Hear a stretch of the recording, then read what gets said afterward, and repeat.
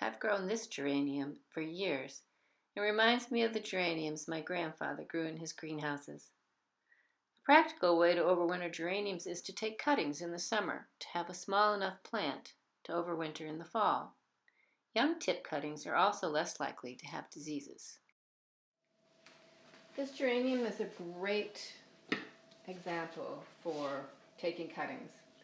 This is a geranium that's been growing since last fall. I took cuttings of this in August, and in order to be able to bring it in for the winter months, I wanted to have a plant to grow for the spring. So you can see the spaces between the leaves are a little bit longer than I would like them to be. I would like them to look more like this, where there's very short spaces in between. This plant received more sunlight than this one. But this one is a really good plant for you to see exactly how to take a cutting. So I'm going to take a cutting here, and then I'm going to show you, this is where the roots initiate from, right here and right here. So having very little extra length is good because there's no root coming there, and it's just an opportunity for more disease. And I want contact with the soil here and here for root initiation.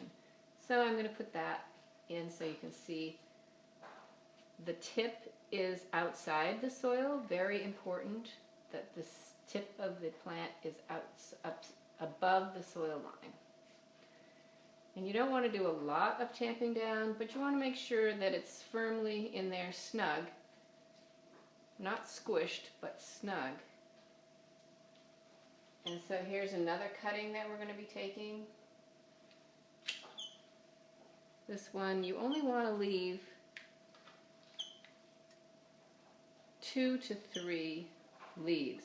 More than that, and you're taxing the cutting. It's too much for the cutting to keep alive. Cutting size is really important. It seems like you'd get a bigger plant faster if you took a larger cutting with a long stem. But the small cutting is less plant material to keep alive while the roots are trying to take hold. I see people with a plant like this,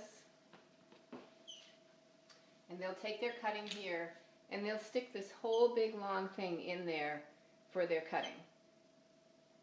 Well, what happens is this plant has to keep all of this tissue alive while it's making roots. And there's no roots to feed all of this extra tissue. So that's not going to be successful. So you want to make sure that your cuttings are always small cuttings that can survive long enough for roots to come in. And of course, when you're taking that cutting, you want to cut it low so that you have a nicely formed plant when that grows out of it. But you want to take your cutting so that, here we go, there's a cutting. You've got a spot there to initiate roots. I'm going to stick that one right in the center. And there we are. Putting your starts in an east window will give them the perfect amount of sun to get growing.